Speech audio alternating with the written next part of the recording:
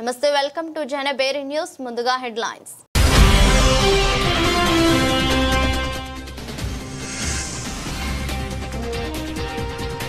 ముఖ్యమంత్రి నారా చంద్రబాబు నాయుడు అధ్యక్షతన కలెక్టర్ల కాన్ఫరెన్స్.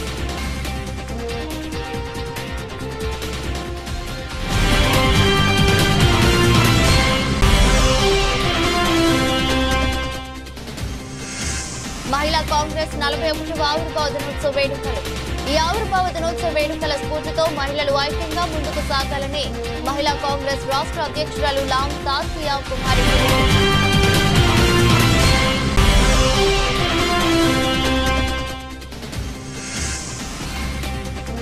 సీతారామమ్మ పార్క్ అభివృద్ధి పనులకు శంకుస్థాపన చేసిన ఎమ్మెల్యే గద్దె రామ్మోహన్.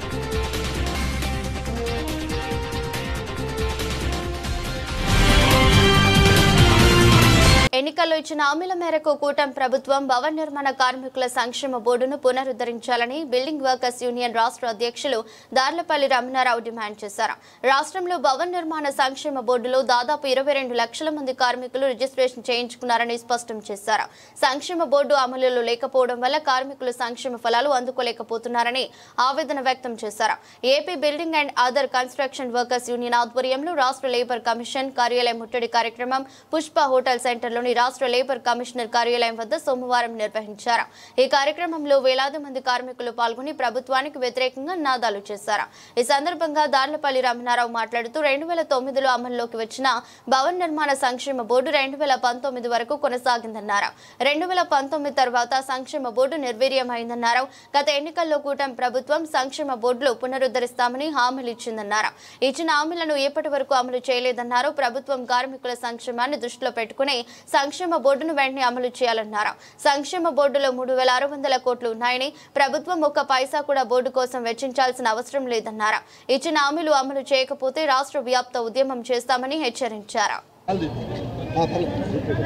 రాష్ట్ర ప్రభుత్వం భవన నిర్మాణ కార్మిక సంక్షేమ పథకాలు అమలు చేస్తామని చెప్పని ఇచ్చినటువంటి తమ ఎన్నికల వాగ్దానాన్ని అమలు చేయాలని చెప్పని డిమాండ్ చేస్తూ ఈరోజు రాష్ట్ర కార్మిక శాఖ కమిషనర్ కార్యాలయం ముందు భవన నిర్మాణ కార్మికులు ఆందోళన చేస్తూ ఉన్నాం. రాష్ట్ర ప్రభుత్వం గత ఎన్నికలకు ముందు భవన నిర్మాణ కార్మికుల సంక్షేమ బోర్డు ద్వారా సంక్షేమ పథకాలు అమలు చేస్తామని చెప్పని హామీని ఇచ్చింది. హామీ ఇచ్చి తమ ప్రభుత్వం ఏర్పాటు చేసి సంవత్సరాల కాలం పూర్తిగా వస్తున్నా నేటికి తమ హామీని అమలు చేసే దిశగా చర్యలు చేపట్టలేదు. బిల్డింగ్ వర్కర్స్ వెల్ఫేర్ బోర్డులో నిధులున్నాయి, 3000 కోట్ల రూపాయల పైగా నిధులున్నా సంక్షేమ పథకాలు అమలు కావడం లేదు. భారతదేశ పార్లమెంటు ద్వారా తయారు చేసినటువంటి చట్టం ఇది. ఆ చట్టం ప్రకారం అన్ని రాష్ట్రాల్లో బిల్డింగ్ వర్కర్స్ వెల్ఫేర్ బోర్డు ఏర్పాటై సంక్షేమ పథకాలు అమలు జరుగుతూ ఉన్నాయి.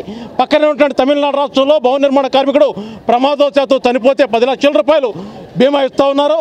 కర్ణాటకలో భవన నిర్మాణ కార్మికులకి కుటుంబాల్లో చదువుకునే పిల్లలకి స్కాలర్షిప్లు ఇస్తూ ఉన్నారు. భారతదేశంలో అన్ని రాష్ట్రాల్లో సంక్షేమ పథకాలు అమలు జరుగుతున్న ఆంధ్రప్రదేశ్ రాష్ట్ర బిల్డింగ్ వర్కర్స్ వెల్ఫేర్ బోర్డులో నిధులున్న సంక్షేమ పథకాలు అమలు చేయకపోవడం అన్యాయం. కాబట్టి తక్షణమే చంద్రబాబు నాయుడు గారు, పవన్ కళ్యాణ్ గారి కూటమి ప్రభుత్వం భవన నిర్మాణ కార్మికులకు ఇచ్చినటువంటి హామీని అమలు చేయాలని చెప్పని సిఐటియు భవన నిర్మాణ కార్మిక సంఘం డిమాండ్ చేస్తూ ఉన్నది. విజయవాడ నగరంలో పార్కుల అభివృద్ధికి ముఖ్యమంత్రి చంద్రబాబు ప్రత్యేక నిధులు కేటాయిస్తున్నారని ఎమ్మెల్యే గద్దె రామ్మోహన్ పేర్కొన్నారు. చరిత్రలో అశోకుడు చెట్లు నాటాడు, కానీ గత ముఖ్యమంత్రి మాత్రం చెట్లు కూల్చివేశాడు అని వ్యాఖ్యానించారు. అభివృద్ధి సంక్షేమం కూటమి ప్రభుత్వంతోనే సాధ్యమని ఆయన పేర్కొన్నారు. విజయవాడ నగరంలో 7వ డివిజన్ మొగుల్ రాజపురం రావి చెట్టు సెంటర్ వద్ద ధూళిపాల వెంకట సుబ్బయ్య సీతారామమ్మ పార్క్ అభివృద్ధి పనులకు ఎమ్మెల్యే గద్దె రామ్మోహన్ శంకుస్థాపన చేశారు. శాస్త్రోక్తంగా పూజలు చేసి కార్యక్రమాన్ని ప్రారంభించారు. ఈ సందర్భంగా ఎమ్మెల్యే గద్దె రామ్మోహన్ మాట్లాడుతూ విజయవాడ అభివృద్ధికి సీఎం చంద్రబాబు ప్రత్యేక ప్రాధాన్యత ఇస్తున్నారని తెలిపారు. ఖాళీగా ఉన్న స్థలాల్లో మొక్కల పెంపకానికి ప్రత్యేక నిధులు కేటాయిస్తున్నారని చెప్పారు. కేంద్రం కూడా రాష్ట్ర అభివృద్ధి కార్యక్రమాలకు సహకరిస్తుందని ఆయన పేర్కొన్నారు. చరిత్రలో అశోకుడు చెట్లు నాటాడు, కానీ గత ముఖ్యమంత్రి మాత్రం చెట్లు కూల్చివేశాడు అని వ్యాఖ్యానించారు. సీఎం చంద్రబాబు ఆరోగ్యంపై అధిక ప్రాధాన్యత ఇస్తారని, అందులో భాగంగా పార్కుల అభివృద్ధితో పాటు వాకింగ్ ట్రాక్లు ఏర్పాటు చేస్తున్నారని గద్దె రామ్మోహన్ వివరించారు. విజయవాడ అభివృద్ధికి అవసరమైన నిధులు ప్రభుత్వం కేటాయిస్తుందని ఆయన తెలిపారు. అశోకుడు చెట్లు నాటినది ఇప్పుడు కూడా మనం చదువుకుంటూ ఉంటాం. అది ఎన్ని వందల సంవత్సరాల క్రితం జరిగిందో మనకు తెలియదు, కానీ సుమారు 500 సంవత్సరాల క్రితం జరిగిన సంఘటన ఈరోజు కూడా పాఠ్యాంశాల్లో మనం చదువుతూ ఉంటాం. ఈ మధ్యకాలంలో ఒక ఆయన చెట్టులు నరికెను. ఎవరండి చెట్లు నరికింది? దీనికి ముందున్న ముఖ్యమంత్రి గారు జగన్మోహన్ రెడ్డి గారు ప్రజలు ఎంతో ఆయనకి పట్టం కట్టి అధికారం ఇప్పిస్తే ఆయన మొత్తం చెట్టులు నరికేశాడు. అంటే అశోకుడు చరిత్రకి మరి జగన్మోహన్ రెడ్డి గారి చరిత్ర అందరూ కూడా కలిపి చెప్పుకుంటూ ఉంటారు రానున్న రోజుల్లో. ఈరోజు నారా చంద్రబాబు నాయుడు గారు మరలా ముఖ్యమంత్రి అయిన తర్వాత ఇంకోటి కూడా చెప్పొచ్చండి. అశోకుడు తర్వాత ఈ ప్రపంచంలో చెట్లు నాటే కార్యక్రమాన్ని అత్యధిక ప్రాముఖ్యంగా తీసుకున్న వ్యక్తి నాకు తెలిసినంత మట్టుకి నారా చంద్రబాబు నాయుడు గారి. జన్మభూమి అని చెప్పి, శ్రమదానం అని చెప్పి, ప్రతి శుక్రవారం మొక్కలు నాటండి అని చెప్పి ఆయన ముఖ్యమంత్రి తొలి రోజుల నుంచి కూడా ఆ విధానంగా మొక్కలు నాటించి ఆయన ఒక మాట చెబితే, ఆయన ఒక పిలిపిస్తే కాలనీల వాసులందరూ కూడా వేలాది లక్షలాది మొక్కల్ని నాటిన సందర్భం ఇక్కడ మనం గుర్తు చేసుకోవాలి. ఇప్పుడు మరలా 2024లో ముఖ్యమంత్రి అయిన తర్వాత చంద్రబాబు నాయుడు ప్రతి ఒక్కటి కూడా ఖాళీ స్థలాలు మొక్కలతో నింపాలి అని చెప్పి దీనికి ప్రత్యేకమైన నిధులు కూడా కేంద్ర యొక్క సహకారంతో ఏర్పాటు చేసి కామన్ సైట్లన్నీ కూడా పార్కులు చేస్తూ, వాకింగ్ ట్రాకులు చేస్తూ, అటు ప్రజా ఆరోగ్యాన్ని దృష్టిలో పెట్టుకుని ఈ యొక్క కార్యక్రమాలు చేస్తాం. ఎన్ని లక్షలు ఇవాళ విజయవాడ నగరంలో మీకు ఎన్ని లక్షలు కావాలన్నా కూడా ఈ ప్రత్యేకమైన కార్యక్రమానికి మొక్కలు నాటడానికి కానీ కలెక్టర్లు బ్యూరో క్రాటిక్ గా కాకుండా మానవీయ కోణంలో నిర్ణయాలు తీసుకుని పాలసీలు అమలు చేయాలని సీఎం చంద్రబాబు సూచించారు. 5 ఏళ్లలో 25 కలెక్టర్ల కాన్ఫరెన్సులు, 125 కేబినెట్ సమావేశాలు, ఎస్ఐపిబి సమావేశాలు నిర్వహిస్తామని చెప్పారు. ప్రభుత్వం అందించే సేవలన్నిటిలోనూ సంతృప్తి స్థాయి కొలమానం అవుతుందని, ఇక బాధ్యతగా పనిచేయాల్సిన సమయం వచ్చిందని కలెక్టర్లందరూ సమర్థవంతంగా పనిచేయాలని సూచించారు. రాష్ట్ర సచివాలయంలో జరిగిన 4వ కలెక్టర్ల సదస్సులో ముఖ్యమంత్రి చంద్రబాబు మాట్లాడుతూ పాలనలో మొదటి ఏడాది పరీక్షలు పూర్తయిపోయాయన్నారు. ఇక బాధ్యతగా పనిచేయాల్సిన సమయం వచ్చిందన్నారు. ప్రత్యేక దృష్టి పెట్టి పని చేయకపోతే ఫలితాలు రావు అని, సాంకేతికత పెరిగిన దృష్ట్యా స్మార్ట్ వర్క్ చేయాల్సిందే అన్నారు. వాట్సాప్ గవర్నెన్స్ ద్వారా పౌర సేవలు అందిస్తున్నామని, ఏఐ, డేటా లేక్ వంటి వాటి ద్వారా సమన్వయం చేసుకుంటూ వెళ్లాలన్నారు. పథకాలు, కార్యక్రమాల అమలు కోసం ఆర్టీజీఎస్ సేవలను ఉపయోగించుకోవాలన్నారు. విజన్ రూపొందించి దానికి నిధులు కేటాయించకపోతే ఇబ్బందులు వస్తాయన్నారు. సంపద సృష్టించి ఆదాయాన్ని పెంచి సంక్షేమం అమలు చేస్తామని చెప్పామని, అదే విధంగా సూపర్ 6 ను సక్సెస్ చేశామన్నారు. దేశంలోని అతిపెద్ద సంక్షేమ పథకం పెన్షన్లు. 64 లక్షల మంది లబ్ధిదారులకు పెన్షన్ ఇస్తున్నామని, తల్లికి వందనం ద్వారా చదువుకునే ప్రతి విద్యార్థికి ఆర్థిక సాయం చేస్తున్నామని చెప్పారు. 7 పిల్లలు ఉన్న తల్లికి కూడా ఈ పథకాన్ని వర్తింపు చేశామని, ఆ కుటుంబాల్లో సంతోషం వ్యక్తం అవుతుందన్నారు.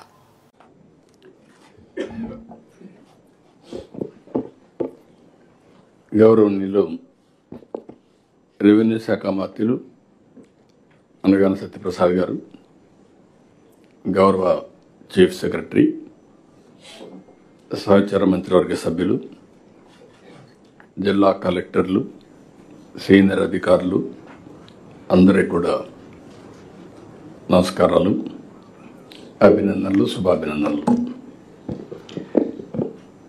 ఈరోజు మనందరం 4వ కలెక్టర్స్ కాన్ఫరెన్స్లో అటెండ్ అవుతున్నాం. అదే సమయంలో ఇప్పటికి మీరు చూస్తే 15 నెలలు పూర్తి చేశాం కొత్త గవర్నమెంట్ వచ్చిన తర్వాత. మీరందరూ కొంతమంది నిన్న మొన్న చూశాను, మీరు రికార్డ్స్ అన్ని యంగ్స్టర్స్వి 2040, 54, 55 కూడా సర్వీస్లో ఉంటారు కొంతమంది కొత్తగా వచ్చిన ఐఏఎస్ ఆఫీసర్స్ అందరూ. నేను ఐఎమ్ థింకింగ్ 2047 అంటే ఆ తర్వాత కూడా ఆలోచిస్తున్నాం, ఒక ఎకో సిస్టమ్ క్రియేట్ చేయాలి. ఇండియా నెంబర్ 1 కావాలి. ప్రధానమంత్రి నరేంద్ర మోడీ గారు వచ్చిన తర్వాత 11వ ఆర్థిక వ్యవస్థ 4వ అతిపెద్ద ఆర్థిక వ్యవస్థగా తయారైంది. ఒకప్పుడు అమెరికా అంటే భూతం కింద చూసేవాళ్ళం, పెద్ద బ్రదర్ అని. ఇప్పుడు అమెరికా కూడా మనతోనే సమానంగా చూస్తున్నాం. ఇచ్చిపుచ్చుకునే ధోరణికి వచ్చాం. అది దేశంలో రాష్ట్రంలో బీసీలు 60% పైన ఉన్న సామాజికంగా, రాజకీయంగా, ఆర్థికంగా, ఉద్యోగపరంగా అన్ని రంగాల్లో వెనుకబడి ఉన్నారంటే దానికి ప్రధాన కారణం దేశాన్ని పరిపాలించిన పాలకులని జాతీయ బీసీ సంక్షేమ సంఘం అధ్యక్షులు లాకా వెంగళరావు యాదవ్ అన్నారు. బీసీ వర్గాలను ఓటు బ్యాంకుగా వాడుకున్నారు తప్ప వారి అభివృద్ధికి ఏమాత్రం ప్రభుత్వం పనిచేయలేదన్నారు. బీసీలకు తీవ్ర అన్యాయం చేశారని అన్నారు. బీసీలను అభివృద్ధి చేయాలనే ఆలోచన ఏ పార్టీకి లేదన్నారు. జాతీయ బీసీ సంక్షేమ సంఘం సమావేశం గాంధీనగర్లోని ప్రెస్ క్లబ్ లో జరిగింది. సమావేశంలో సంఘం అధ్యక్షులు లాకా వెంగళరావు యాదవ్, సంఘం రాష్ట్ర అధ్యక్షులు ఆవుల నరసింహారావు, రాష్ట్ర కార్యదర్శి జొన్నలగడ్డ పవన్ కుమార్, రాష్ట్ర ప్రధాన కార్యదర్శి చంద్రమౌళి, కృష్ణా జిల్లా అధ్యక్షులు మురారి నరేష్ తదితరులు పాల్గొన్నారు. ఈ సందర్భంగా లాకా వెంగళరావు యాదవ్ మాట్లాడుతూ బీసీల ఓట్లతో అధికారంలోకి వస్తున్న పార్టీలు అధికారంలోకి వచ్చిన తర్వాత బీసీలను విస్మరిస్తున్నారని అన్నారు. బీసీలు అందరిలో ఈ భావన ఉందని, పార్టీలకు అతి అంకితమైన తమ భావనను చెప్పలేకపోతున్నారని తెలిపారు. బీసీగా ఒక గొడుగు కింద ఉన్న అనేక కులాలు కలవలేకపోతున్నాయని, బీసీ కులాల కూటమిగా ఏర్పడటానికి ఆ వర్గాలను చైతన్యపరిచి కింద స్థాయి నుంచి బృందాలు, కమిటీలు వేసుకుని బలోపేతం చేసుకుంటూ రాజ్యాధికారం కోసం కృషి చేస్తాయని అన్నారు. ఈరోజు జాతీయ బీసీ సంక్షేమ సంఘం విజయవాడ నగర ప్రెస్ క్లబ్లో ఏర్పాటు చేయడం జరిగింది. మరి ముఖ్యంగా ఈ దేశానికి స్వాతంత్రం వచ్చి 78 సంవత్సరాలు గడుస్తున్నప్పటికి కూడా మరి బీసీలు రాష్ట్రంలో కానివ్వండి, దేశంలో కానివ్వండి సుమారుగా 55 నుంచి 60% పైన మొన్న బీహార్లో లెక్కిస్తే 63% కూడా వచ్చారు. మరి ఇంత జనాభా ఉన్నటువంటి బీసీలు ఈరోజు సామాజికంగా, రాజకీయంగా, ఆర్థికంగా, ఉద్యోగపరంగా అన్ని రంగాల్లో కూడా వెనుకబడి ఉన్నారంటే దీనికి ప్రధాన కారణం ఈ దేశాన్ని పరిపాలించినటువంటి పాలకులు. ఎవరైతే పాలకులు ఈ దేశాన్ని పరిపాలించారో ఈ వర్గాలను కేవలం ఓటు బ్యాంకుగా వాడుకున్నారే తప్ప ఈ వర్గాలుగా సంబంధించినటువంటి మరి ఏ స్థితిలో కూడా వీళ్ళని అభివృద్ధి చేయాలనే ఉద్దేశం గత ప్రభుత్వాలు, కాంగ్రెస్ కానివ్వండి, అనేక ప్రభుత్వాలు పరిపాలించినాయి. వీళ్ళందరూ కూడా ఈ బీసీలకు తీవ్రమైన అన్యాయం చేసినటువంటి వారుగా మేము భావిస్తున్నాం. కాబట్టే మేమందరం కూడా మరి గత ఎన్నికల ముందు కూడా ఈ రాష్ట్రంలో బీసీల రాజ్యాధికారం కోసం మరో స్వాతంత్ర పోరాట రథయాత్ర కూడా నిర్వహించడం జరిగింది. రాష్ట్ర వ్యాప్తంగా 100 అసెంబ్లీ నియోజకవర్గాల్లో ఇచ్చాపురం నుండి మొదలుపెట్టి చిత్తూరు జిల్లా అయినటువంటి శ్రీ వెంకటేశ్వర స్వామి సన్నిధి తిరుపతిలో ఇందిరా మైదాన గ్రౌండ్లో కూడా ముగింపు సభ కూడా 100వ సభ కూడా పెట్టడం జరిగింది. అయినప్పటికీ కూడా ఈ పార్టీలకు కానివ్వండి, పాలకులకు కానివ్వండి బీసీల మీద ఏ మాత్రం కూడా అభివృద్ధి చేయాలనే ఆలోచన లేదు ఏ పార్టీకి కూడా. అన్ని పార్టీలు కూడా మేము ఒక పార్టీ అనేది కాదు. మరి ఎందుకని ఈ వర్గాల ఓట్లతో మరి అధికారాన్ని అనుభవిస్తూ కేవలం ఆ వర్గాల క్షేమం గురించి ఆలోచన. మహిళలకు సమున్నత స్థానం కల్పించిన ఘనత కాంగ్రెస్ పార్టీదేనని మహిళా కాంగ్రెస్ రాష్ట్ర అధ్యక్షురాలు లాం తాంతియా కుమారి తెలిపారు.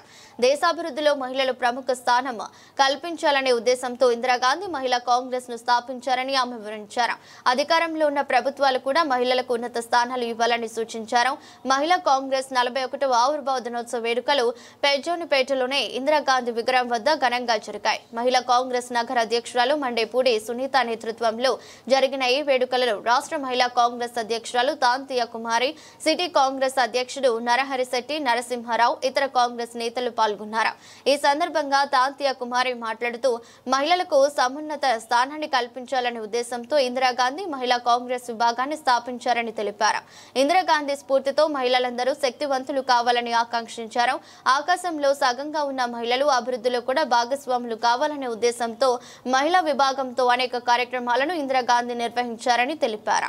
నమస్కారం. వేదికను అలంకరించిన పెద్దలు పూజ్యులు గురునాథం గారికి, సిటీ కాంగ్రెస్ అధ్యక్షులు మా అన్న నరసింహారావు గారికి, నగర సిటీ కాంగ్రెస్ మహిళా అధ్యక్షులు శ్రీమతి సునీత గారికి, ఇందిరాగాంధీ గారికి, సత్యవతి గారికి, అలాగే గురునాథం గారి పేరు చెప్పాను, బోదాల జోసఫ్ గారికి, సూర్యప్రకాష్ మైనార్టీ అధ్యక్షులు బేగ్ గారికి, అందరికీ నా హృదయపూర్వకమైన నమస్కారం. ఈ మహిళా దినోత్సవం సందర్భంగా ఆల్కాలాంబ గారి ఆదేశాల మేరకు ఈరోజు 41వ మహిళా కాంగ్రెస్ ఆవిర్భావ దినోత్సవం ఇక్కడ జరుపుకోవడం జరిగింది. అయితే ఈ దినోత్సవం ఇది మహిళా కాంగ్రెస్ ఆవిర్భావం ఇందిరాగాంధీ గారితోనే సాధ్యమైంది. మహిళలు వెనుకబడి ఉండడం మంచిది కాదని, ఇందిరాగాంధీ గారి స్ఫూర్తితో మహిళలందరూ ముందుకు రావాలని, ఈ దేశం యొక్క ఉన్నతికి పాటుపడాలని, ప్రతి మహిళ కూడా ఒక శక్తిగా ఉండాలని ఆవిడ ఉద్దేశించారు. ఎందుకంటే మహిళలు ఆ దినాల్లో చాలా వెనుకబడి ఉండేవాళ్ళు. ఇందిరాగాంధీ గారు అలా కాదని ఒక వ్యవస్థను ఏర్పాటు చేసి దానిలో మహిళలకు ప్రధానమైన స్థానం ఇచ్చి మహిళలతోనే కొన్ని కార్యక్రమాలు చేయించి మహిళా శక్తి ఈ దేశంలో ఒక ఉన్నతమైన స్థితికి వెళ్ళేటట్టు చేసిన శ్రీమతి ఇందిరాగాంధీ గారికి జోహార్లు అర్పించుకుంటూ, అలాగే ఖుర్షీదా గారు వచ్చారు. ఖుర్షీదా గారు కానీ అందరికీ కూడా నా హృదయపూర్వకమైన నమస్కారాలు తెలియజేసుకుంటూ, ఇది ఇలాగే మహిళలు అత్యంత శక్తివంతంగా పనిచేయాలని, ఈ దేశాభివృద్ధిలో వారి పాత్ర కూడా మంచిగా ఉండాలని, ఇవాళ దేశంలో ఆకాశంలో సగం ఉన్న మహిళలు ఈ దేశంలో 300 ఉన్న మహిళలకి సమున్నతమైన స్థానం ఈ ప్రభుత్వాలు కల్పించాలని, ప్రభుత్వ ఫెయిల్యూర్స్ మీద కూడా మహిళలు పెద్ద ఎత్తున ఉద్యమం చేసి దేశంలో ఈ యొక్క ప్రభుత్వ వ్యవస్థ సక్రమంగా జరిగేలా ప్రయత్నాలు చేయాలని అందరికీ నమస్కారం. వచ్చిన మహిళలందరికీ నా హృదయపూర్వకమైన నమస్కారాలు తెలియజేసుకుంటూ, ఈరోజు మహిళా ఆవిర్భావ దినోత్సవం సందర్భంగా అందరికీ నా హృదయపూర్వకమైన అభినందనలు తెలియజేసుకుంటూ, జై హింద్, జై మహిళా కాంగ్రెస్. మహిళా కాంగ్రెస్ ఆవిర్భావ దినోత్సవ సందర్భంగా ఏఐసిసి మహిళా అధ్యక్షురాలు ఇచ్చిన పిలుపు మేరకు, పిసిసి అధ్యక్షురాలు షమిలారెడ్డి గారి యొక్క పిలుపు మేరకు ఇవాళ ప్రదేశ్ కాంగ్రెస్ మహిళా విభాగ అధ్యక్షురాలు తాంత్యా కుమారి గారి నాయకత్వంలో, అలాగే మండేపూడి సునీత గారు నాయకత్వంలో కార్యక్రమం చేయడం అభినందనీయం. మహిళలకు పెద్దపేట వేయడం అనేటటువంటిది ఏదైనా ఈ దేశ చరిత్రలో చేశారంటే అదొక కాంగ్రెస్ పార్టీ ఉన్నప్పుడే జరిగింది. ఒక ప్రతిభా పాటిల్ దేశానికి రాష్ట్రపతి అయినా, అలాగే మా బాబు జగజ్జీవన్ రావు గారి పుత్రిక మీరా కుమారి గారు లోక్సభకి సుదీర్ఘకాలం ఆవిడ స్పీకర్గా చేసిన, ఇవాళ మహిళలు కొంతమంది రాష్ట్రాల గవర్నర్గా చేస్తూ ఉన్న భూపేంద్ర జోషి గారి రాష్ట్రానికి గవర్నర్గా చేసిన, ఇవన్నీ కూడా కాంగ్రెస్ పార్టీతోనే సాధ్యమని కూడా మీ అందరూ సరిగ్గా మనం చేస్తూ, మహిళల రక్షణ కోసం, మహిళా అభ్యున్నతి కోసం కృషి చేసినటువంటి పార్టీ ఏదైనా ఉందంటే కాంగ్రెస్ పార్టీని మీకు సవ్యంగా మనం చేస్తూ, భవిష్యత్తు రోజులు కూడా వారి యొక్క హక్కుల కోసం, వారి రక్షణ కోసం కాంగ్రెస్ పార్టీ ఇప్పుడు కూడా కట్టుబడి ఉంటుందని కూడా మీకు ఈ సందర్భంగా సవ్యంగా మనం చేస్తున్నాం. నేషనల్ లీడర్ అయిన అల్కలాంబ గారి ఆదేశాల మేరకు, షమిలా గారి పిలుపు మేరకు, అట్లాగే గతంలో స్టేట్ ప్రెసిడెంట్గా చేసినటువంటి శ్రీమతి గౌరవనీయులు రామ్ తాంతియా గారు గతంలో స్టేట్ ప్రెసిడెంట్గా చేశారు. మళ్ళీ ఆవిడని నియమించినందుకు కాంగ్రెస్ తెలియజేసుకుంటూ, అట్లాగే ఈ కార్యక్రమానికి ఇచ్చేసినటువంటి గౌరవనీయులు నరహర్ శెట్టి గారు, సిటీ ప్రెసిడెంట్ అయిన నరహర్ శెట్టి గారు, గౌరవనీయులు పిసిసి ఉపాధ్యక్షులైనటువంటి గురునాథం గారు, అట్లాగే పిసిసి జనరల్ సెక్రటరీ అయినటువంటి ఖుర్షీదా గారు, అట్లాగే మహిళా ఉపాధ్యక్షులైనటువంటి ప్రమీలా గారు, సిటీ డివిజన్ ప్రెసిడెంట్ అయినటువంటి సత్యవతి గారు, మరి విచ్చేసిన మైనార్టీ డిపార్ట్మెంట్ బేగ్ భయ్యా గారికి, అందరికీ, సూర్యప్రకాష్ గారికి, అట్లాగే అభిమానులకు, కార్యకర్తలకు అందరికీ, మరి ఈ ప్రోగ్రాంకి ఇచ్చేసినటువంటి అందరికీ ధన్యవాదాలు తెలియజేసుకుంటున్నాను.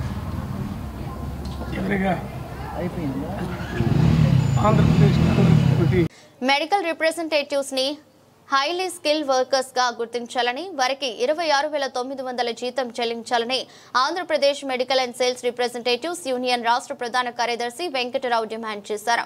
సేల్స్ ప్రమోషన్ ఎంప్లాయీస్ చట్టాలను అమలు చేయని యాజమాన్యాలపై కఠిన చర్యలు తీసుకోవాలని ప్రభుత్వానికి డిమాండ్ చేశారు. Andhra Pradesh medical and sales representatives union ఆధ్వర్యంలో అలంకార్ ధర్నా చౌక్ లో సోమవారం ధర్నా కార్యక్రమం నిర్వహించారు. ఈ కార్యక్రమంలో పాల్గొన్న యూనియన్ ప్రధాన కార్యదర్శి వెంకటరావు మాట్లాడుతూ, లేబర్ కోడ్స్ ను రద్దు చేసి కార్మిక చట్టాలను అమలు చేయాలన్నారు. రిప్రజెంటేటివ్స్ ని హైలీ స్కిల్ వర్కర్స్ గా గుర్తించి 26,900 జీతం చెల్లించాలన్నారు. రిప్రజెంటేటివ్స్ కి చట్టబద్ధమైన పని విధానాలు కల్పించాలన్నారు. వ్యక్తిగత గోప్యతకి భంగం కలిగించే డిజిటల్ పద్ధతులను ఆపాలన్నారు. రిప్రజెంటేటివ్స్ హక్కుల సాధన కోసం ధర్నా నిర్వహిస్తున్నామని అన్నారు.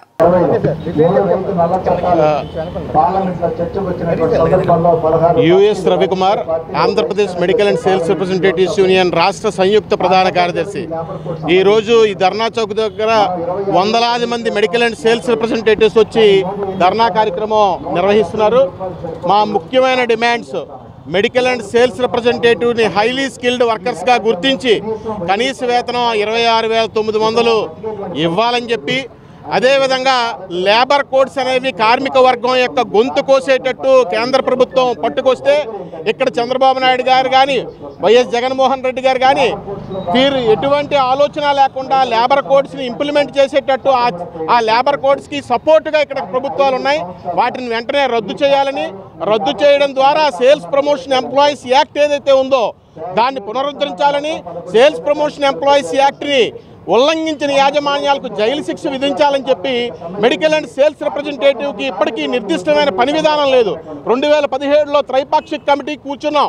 అప్పటి నుంచి ఇప్పటి వరకు కేంద్ర ప్రభుత్వం త్రైపాక్షిక కమిటీని పిలవలేదు. వెంటనే త్రైపాక్షిక కమిటీని పిలిచి మా సమస్యలను పరిష్కరించాలని మేము డిమాండ్ చేస్తున్నాం. దీంతో పాటు ప్రజలకు సంబంధించిన అనేక సమస్యల మీద మెడికల్ అండ్ సేల్స్ రిప్రజెంటేటివ్స్ పోరాటాలు, ఉద్యమాలు చేస్తున్నారు. ఈరోజు మందుల మీద పన్ను అనేది ఉండకూడదని గత 15 ఏళ్ళు 20 ఏళ్ళ నుంచి పోరాటం చేస్తున్నాం. అప్పుడు వ్యాట్ ఉండేది, 18% ఉండేది. ప్రతి సంవత్సరం ఒక దేశభక్తియుతమైన సమ్మె చేసేవాళ్ళం.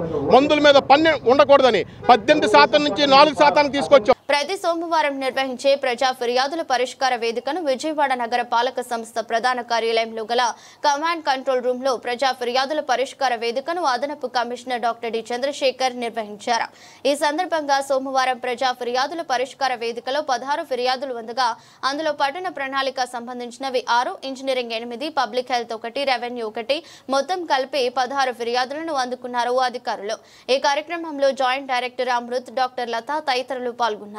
డైరియా కారణంగా నేటి వరకు ఒక్క మరణం కూడా సంభవించలేదని నాగవంశ అభివృద్ధి సంక్షేమ కార్పొరేషన్ చైర్మన్ ఏరుబోతు రమణారావు, టీడీపీ రాష్ట్ర కార్యదర్శి నవనీతం సాంబశివరావు తెలిపారు. జయవాడ నగర పాలక సంస్థ ఎవరి ఆధీనంలో ఉందో స్పష్టంగా చెప్పాలని వైసీపీ జిల్లా అధ్యక్షులు దేవినేని అవినాష్, మాజీ ఎమ్మెల్యే మల్లాది విష్ణు, సిపిఎం నేత మధును ప్రశ్నించారు. పరిపాలనలో మేయర్ పూర్తిగా విఫలమయ్యారని చెప్పారు. విజయవాడలో ఇటీవల నమోదైన డైరియా కేసులపై విపక్షాలు చేస్తున్న ఆరోపణలు అసత్యమని నాగవంశ అభివృద్ధి సంక్షేమ కార్పొరేషన్ చైర్మన్ ఏరుబోతు రమణారావు, తెలుగుదేశం రాష్ట్ర కార్యదర్శి నవనీతం సాంబశివరావు తెలిపారు. రాజరాజేశ్వరిపేటలో ఏర్పాటు చేసిన విలేకరుల సమావేశంలో మాట్లాడుతూ ఈ నెల 10వ తేదీ నుండి డైరియా కేసులు నమోదు కావడంతో వెంటనే ప్రభుత్వం స్పందించి వైద్య శిబిరాలు ఏర్పాటు చేసిందని చెప్పారు. ప్రభుత్వ ఆసుపత్రిలో ప్రత్యేక బ్లాక్ ఏర్పాటు చేసి చికిత్స అందిస్తున్నామని, జిల్లా యంత్రాంగం మొత్తం రాత్రింబవళ్లు కష్టపడి పనిచేస్తుందని తెలిపారు. అయితే విపక్షాలు లేని ఆరోపణలు చేస్తూ ప్రజలను గందరగోళానికి గురి చేస్తున్నారని విమర్శించారు. విజయవాడ నగర పాలక సంస్థ ఎవరి ఆధీనంలో ఉందో స్పష్టంగా చెప్పాలని వైసీపీ జిల్లా అధ్యక్షులు దేవినేని అవినాష్, మాజీ ఎమ్మెల్యే మల్లాది విష్ణు, సిపిఎం నేత మధును ప్రశ్నించారు. 37వ డివిజన్ ఎన్టీఆర్ నగర్ ఆర్ఆర్పేట నందు 10వ తారీఖు నుండి మరి పూర్తి స్థాయిలో ప్రజలకి డయేరియా వల్ల ఇబ్బంది పడుతున్నారని చెప్పేసి ఇక్కడ గౌరవ శాసనసభ్యులు పెద్దలు గౌరవనీయులు మా అన్నగారు బోండమహేశ్వర గారు ఆదేశాల మేరకు కమిషనర్ గారికి, కలెక్టర్ గారికి ఇంటిమేషన్ చేసి ఇక్కడ మెడికల్ క్యాంప్ పెట్టడం జరిగింది. ఆ మెడికల్ క్యాంపులో ప్రతి ఒక్కరూ ఒక డయేరియా కాకుండా అన్ని వ్యాధులకు కూడా ఇక్కడ చూస్తూ ఉన్నాం. దీనిపైన వైసీపీ నాయకులు, సిపిఎం పార్టీ నాయకులు అనేకమైనటువంటి అవాస్తవాలను ప్రచారం చేస్తూ, విషప్రచారం చేస్తూ, లేనిపోయిన ఆరోపణలు చేస్తూ ప్రజలను గందరగోళానికి గురి చేసినటువంటి వ్యక్తులు వారని చెప్పేసి ఈ సందర్భంగా మేము తెలియజేస్తూ ఉన్నాం. నిజ నిర్ధారణ కమిటీ అంటారు. నిజ నిర్ధారణ కమిటీ వల్ల ఈ డివిజన్ ప్రజలకు ఏం ఒరిగిందని చెప్పేసి నేను సూటిగా మల్లాది విష్ణు గారిని, జిల్లా పార్టీ అధ్యక్షుడైనటువంటి దేవినేని అవినాష్ని, వచ్చినటువంటి మధు, సిపిఎం పార్టీ మధుసూదన్ రెడ్డి గారిని, ఉన్నటువంటి వారి టీము మరి మొండితోక జగన్మోహన్ రావు గారిని కానీ, ఉన్నటువంటి కార్పొరేటర్లు కానీ అందరిని అడుగుతూ ఉన్నా, మేయర్ గారిని కూడా. ఈ డివిజన్లో ప్రభుత్వం పట్టించుకోవట్లేదు, మా ఎమ్మెల్యే గారు పట్టించుకోవట్లేదని అడుగుతూ ఉన్నారు కదా. అసలు విజయవాడ నగరపాలక సంస్థ పరిధిలో పరిపాలన ఎవరి చేతిలో ఉందని చెప్పి అడుగుతా ఉన్నా. నేను విజయవాడ నగరానికి ఏ పార్టీ మేయర్ ఉన్నారని చెప్పి అడుగుతా ఉన్నా. విజయవాడ నగరానికి డిప్యూటీ మేయర్లు ఏ పార్టీలో ఉన్నారు? ఈ రాజరాజేశ్వరిపేట ఎన్టీఆర్ నగర్లో గెలిచినటువంటి కార్పొరేటర్ ఏ పార్టీ అని చెప్పి అడుగుతా ఉన్నా. మల్లాది విష్ణు, అవినాష్, నువ్వు చెప్పినటువంటి వాళ్ళు ఈ డివిజన్ వైసీపీ హ్యాండ్వర్లో ఉంది, నగర పరిపాలన అంతా కూడా వైసీపీ హ్యాండ్వర్లో ఉంది, డిప్యూటీ మేయర్ వైసీపీ హ్యాండ్వర్లో ఉంది.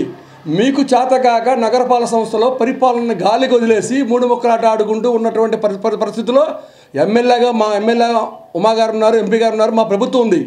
ప్రభుత్వ పరంగా ఎప్పుడూ లేనటువంటి విధంగా వరదలు వస్తాయి గత సంవత్సరంలో. మీడియా మిత్రులకి నమస్కారం. గత 5 రోజులు కూడా మీడియా మిత్రులు సామాజిక బాధ్యతగా ఇక్కడ అసత్యాలతో కూడినటువంటి ప్రచారాలు కొన్ని రాజకీయ పార్టీలు చేస్తున్నా అది కాదు అని జనాలను భయభ్రాంతులకు గురి కాకుండా వాస్తవాలను వెల్లడి చేస్తున్నందుకు ముందు మీడియా సోదరులకు అభినందిస్తున్నాం. గత 5 రోజుల నుంచి ఈ ప్రాంతంలో కొంతమందికి మోషన్స్ అవ్వటం, వామిటింగ్ అవ్వటం వాస్తవం.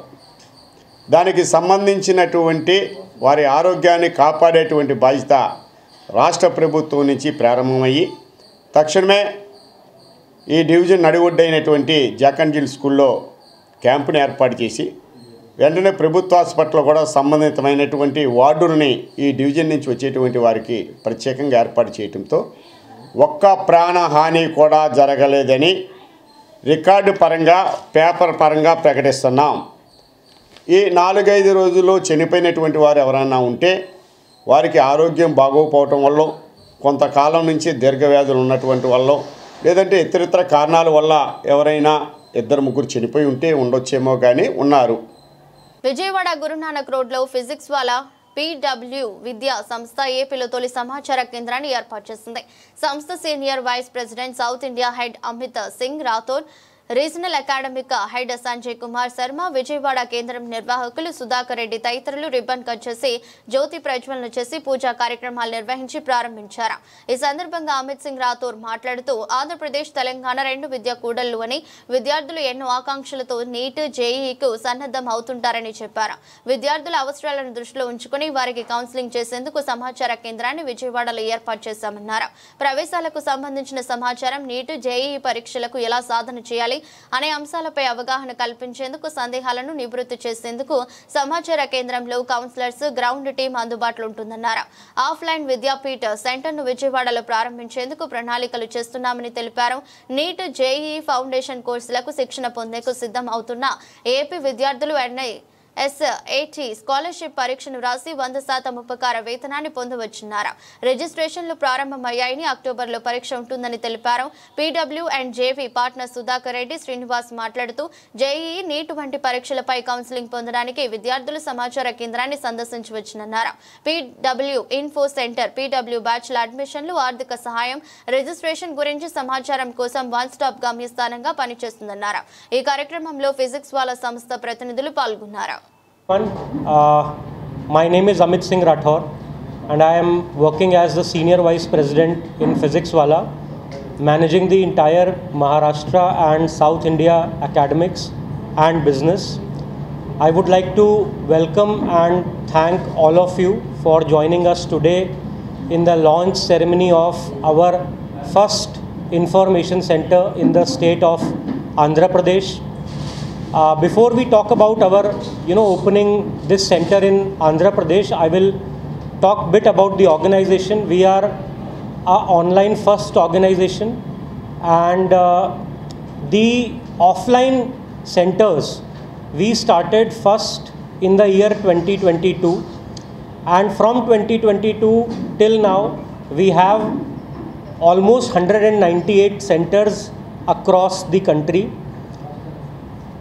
We started our operations 2 years back in Telangana, and happy to share with all of you that we got a very good response because Andhra Pradesh and Telangana, they are kind of an educational hubs in the country, and the students, they have very high aspirations towards. Good morning everyone. Physics Wala సంస్థ 2022లో స్థాపించబడింది. మొదట్లో ఆన్లైన్లో ఈ కోర్సులు start చేయడం జరిగింది. JEE and neat కోర్సుల్లో దేశంలో మొత్తం 198 సెంటర్లో 198 సెంటర్స్లో ఈ సెంటర్స్ అనేవి ఉన్నాయి. అయితే ఆఫ్లైన్లో అంటే ఫిజికల్ క్లాసెస్ అనేవి 2 సంవత్సరాల క్రితం మన తెలంగాణలో స్టార్ట్ చేయడం జరిగింది. అక్కడ మొత్తం 8 సెంటర్స్ స్టార్ట్ చేసాం. చాలా మంచి రెస్పాన్స్ రావడం జరిగింది. ఈ సంవత్సరం ఇప్పుడు విజయవాడలోను అలాగే వైజాగ్లో కూడా ఆంధ్రప్రదేశ్లో 2 సెంటర్స్లో ఫిజిక్స్ వాళ్ళ సెంటర్స్ని స్టార్ట్ చేయడం జరుగుతుంది. ఈ సంవత్సరం జేఈ నీట్కి మన తెలంగాణ, ఆంధ్రాలో ఉన్నటువంటి విద్యార్థులు మంచి యాస్పిరేషన్స్తో ఉండడం వల్ల మొట్టమొదటిసారిగా దేశంలోనే ఈ 2 రాష్ట్రాల్లో స్టార్ట్ చేయడం మనందరికీ కూడా గర్వకారణం.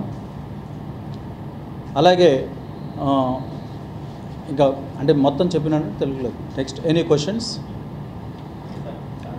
అట్లా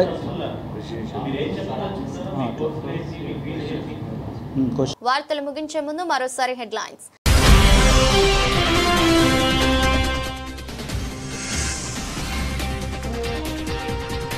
ముఖ్యమంత్రి నారా చంద్రబాబు నాయుడు అధ్యక్షతన కలెక్టర్ల కాన్ఫరెన్స్.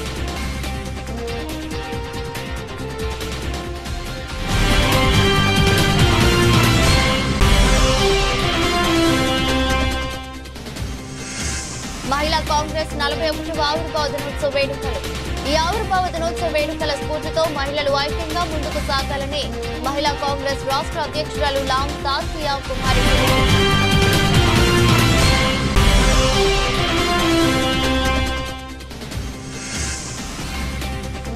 సీతారామమ్మ పార్క్ అభివృద్ధి పనులకు శంకుస్థాపన చేసిన ఎమ్మెల్యే కత్తి రామ్మోహన్.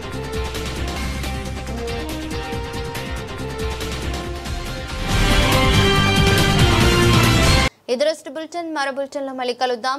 అంతవరకు సెలవు. నమస్కారం.